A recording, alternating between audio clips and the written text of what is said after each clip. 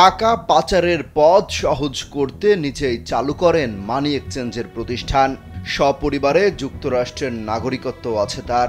ঢাকা সহ দেশের বিভিন্ন এলাকায় সম্পত্তি দখল ও দেখাশোনার জন্য আছে ৩ সদস্যের স্টিয়ারিং কমিটি।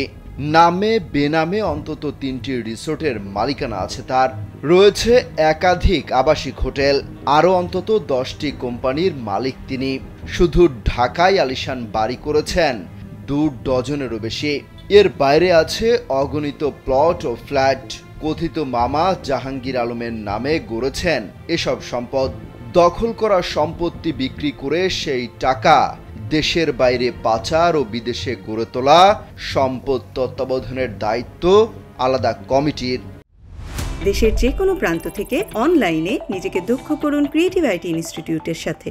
অন্তত 6টি দেশে ব্যবসা গড়েছেন অঢেল টাকার। বহুল আলোচিত এই কর্মকর্তার নাম হারুনুর রশিদ। বাংলাদেশ পুলিশের ডিআইজি পদমর্যাদার এই কর্মকর্তা সবশেষ ছিলেন ঢাকা মহানগর পুলিশের অতিরিক্ত কমিশনার।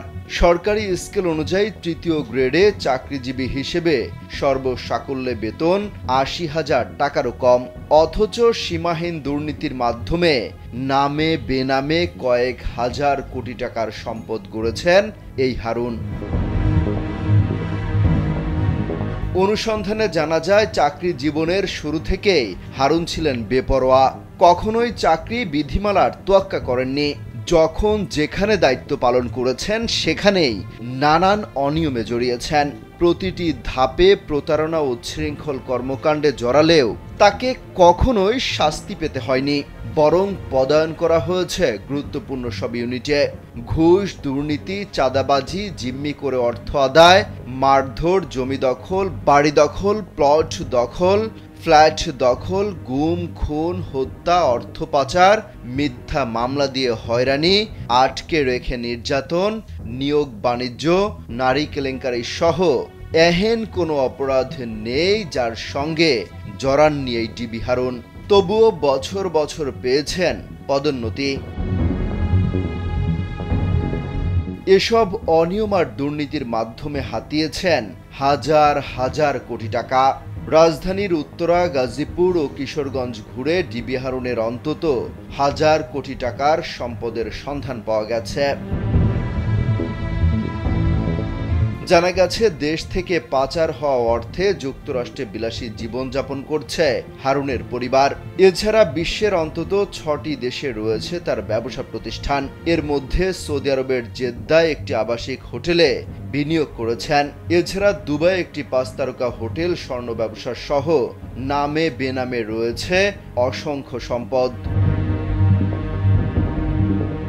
তথ্য বলছে, হারুনের স্ত্রী 2007 সালের দিকে ডিবি ভিসায় আমেরিকায় পাড়ি জমান। এর কিছুদিন পর হারুনও সেখানে যান। কালবেলার হাতে থাকা নথিপত্র বলছে, যুক্তরাষ্ট্রের নাগরিকত্ব রয়েছে হারুনের, আছে সেদেশের পাসপোর্টও।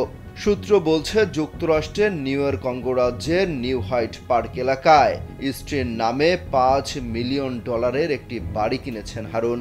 এসব অভিযোগের বিষয়ে জানতে পুলিশ কর্মকর্তা হারুনুর রশিদের ব্যক্তিগত নম্বরে টানা কয়েকদিন বারবার ফোন করা হলেও সেটি বন্ধ পাওয়া গেছে। অমিত হাসান রবিন, কালবেলা।